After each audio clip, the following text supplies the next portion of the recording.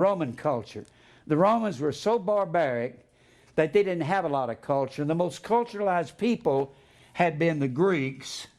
And when I say culture, I'm talking about philosophies, idioms, metaphors, what they followed after, Paul would use the cultural language of the day. For instance, he would say to Titus when he was pastoring at Crete, he would say, the Christians are always slow bellies, they're liars.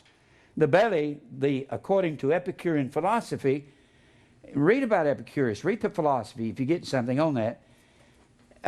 According to the Epicureans, the belly was the seat of all the sensuality of man was seated in his belly, and it didn't mean the stomach. It meant the emotions, the spleen.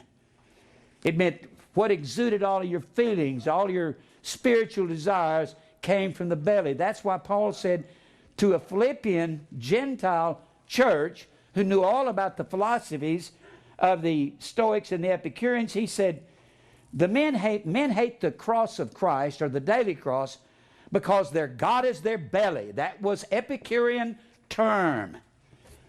And they had all kinds of figures of speech in this. I won't go into a lot of them because I got too many things to get to.